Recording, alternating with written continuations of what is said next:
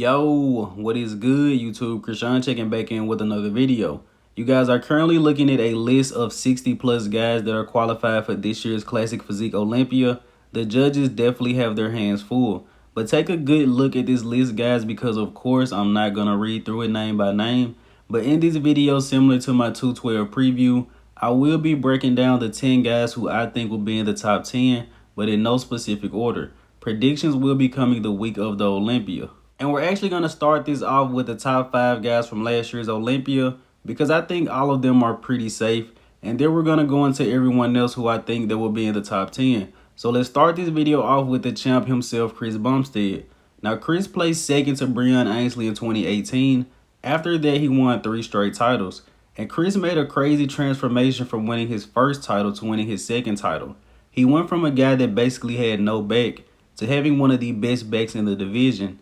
And Chris is a very dominant champion, just as dominant as Big Ramy.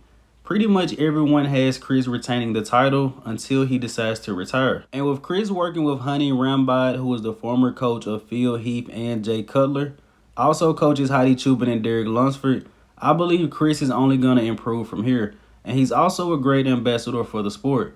But what do you guys think? Can Chris Bumstead be knocked off this year? Terrence Ruffin, Ramon Dino, maybe even Urs Kalecinski? I highly doubt it.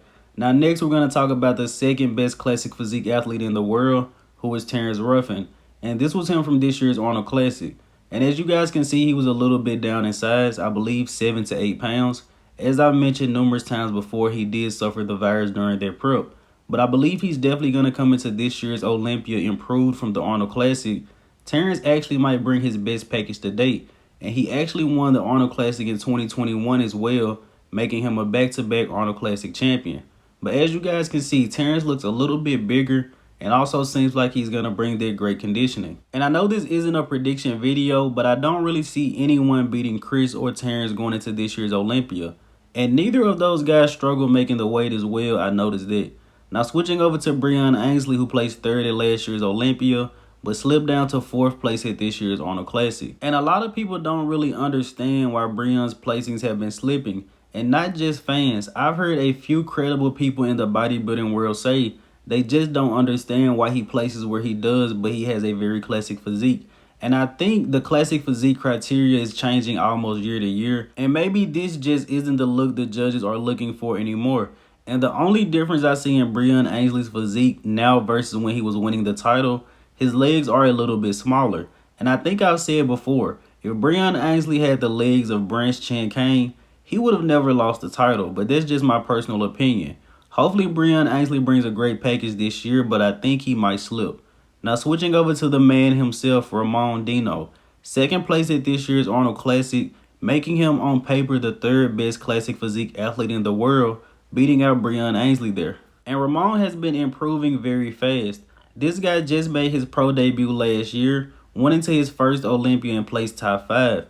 After the Olympia, he went into the Expo Pro Super Show, beating out Gabriel Zancanelli, who is also a very popular Brazilian athlete, and then took 2nd place in his first Arnold Classic. This guy is definitely going to be a serious threat. Now, this is a photo of Ramon from earlier this prep, but don't worry, guys, he definitely had to come down a lot in size for this year's Olympia, but if Ramon could show up like that, he may have the title.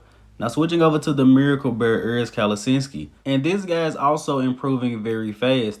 Last year, he placed 2nd at the Extreme Pro to Mike Sommerfeld.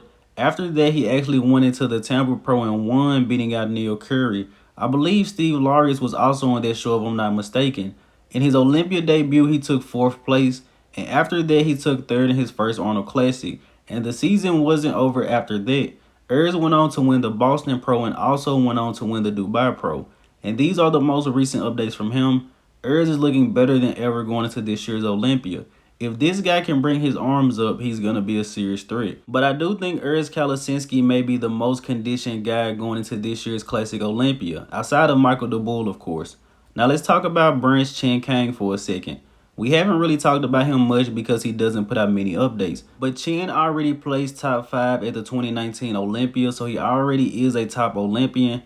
The main knockback then was just he needs to come in a little bit more condition. And even at the Vancouver Pro that he won, he still could be in better condition. But this guy has a great structure, some of the best quads in the division. Definitely have to watch out for this guy. And he does have his visa, so he will be at the Mr. Olympia 100%. Now, switching over to a guy that isn't really talked about much, Alex Combronero, 6th place from last year's Classic Physique Olympia, 2020 Arnold Classic champion, 2021 runner-up at the Arnold Classic, 2021 Hurricane Pro winner. And a lot of people don't have Alex on their radar, which is probably because he doesn't put out a lot of physique updates. But this guy has a very small waist, good arms, good separation. Looks like he may have had a touch of gyno at the Olympia, but I'm excited to see where he's going to place this year. Now, switching over to Mike Sommerfeld. This guy was 7th place at last year's Olympia, and Mike actually beat Urs Kalecinski to qualify for that Olympia. But this guy has a lot of potential. This could be the best front lat spread in the Classic Physique division shape-wise. But when you put this next to Chris Bumstead, Chris just has a lot more mature muscle and almost going to make Mike look soft. If this guy comes in spot on this year, I definitely believe he can move up. But his main knock is honestly just needs more muscle maturity, especially in the upper body. Now, switching over to Fabian Mayr, who was 8th place at last year's Olympia. Fabian actually grabbed himself 2 pro wins this year. On the left was the Mr. Big Evolution. I think that's the Portugal Pro. And on the right was the M Pro Classic. This whole year I've been saying Fabian Mayr can potentially move into their top 5. But when I actually put these guys down on paper, that's going to be very tough to do. Fabian has a great physique, but as of late, I've been wondering, does he really have a classic physique? I mean, he fits into the weight cap, but just structure-wise, I think that is why he isn't moving up. Some of these guys just have smaller waists and overall a more quote-unquote classic physique. And switching over to the last guy currently having my top 10 for this year's Classic Olympia, Logan Franklin. And don't worry, guys, Logan won't be 10th place. He'll definitely be higher than that. And a lot of people don't really talk about him, and I think that's because he wasn't at last year's Olympia. Logan placed 2nd at last year's Texas Pro to Robert Timms, 3rd at last year's Arnold Classic behind Terrence Ruffin and Alex Combronero, and then went on to win the Sean Ray Hawaiian Classic to qualify for this year's Olympia. If you don't currently have Logan Franklin in your top 6, I suggest personally you put him in there. And if you don't put him 6th, at least put him 7th. Now, I do have 2 wildcard picks for this show. That is going to be Dancovea Anderson and Michael Daboul. Dancovea has an incredible shape, and he comes in good condition, but I'm not sure if he can come in Olympia level condition yet. And there's the complete opposite for Michael Daboul. Michael comes in crazy condition, probably the best condition in this division. Urs Kalecinski is getting close, but Michael has to suck down so much to make the classic physique weight cap. I don't think he's going to look as filled out as some of these other guys. But the level of conditioning he brings is undeniable, and he could very well find himself within that top 10. But if you guys haven't done so already, be sure to like the video and subscribe to the channel. Also, let me know your top 5 predictions for classic physique or maybe even top 10. I'm Krishan from Go Fitness, and that's it. I'm out.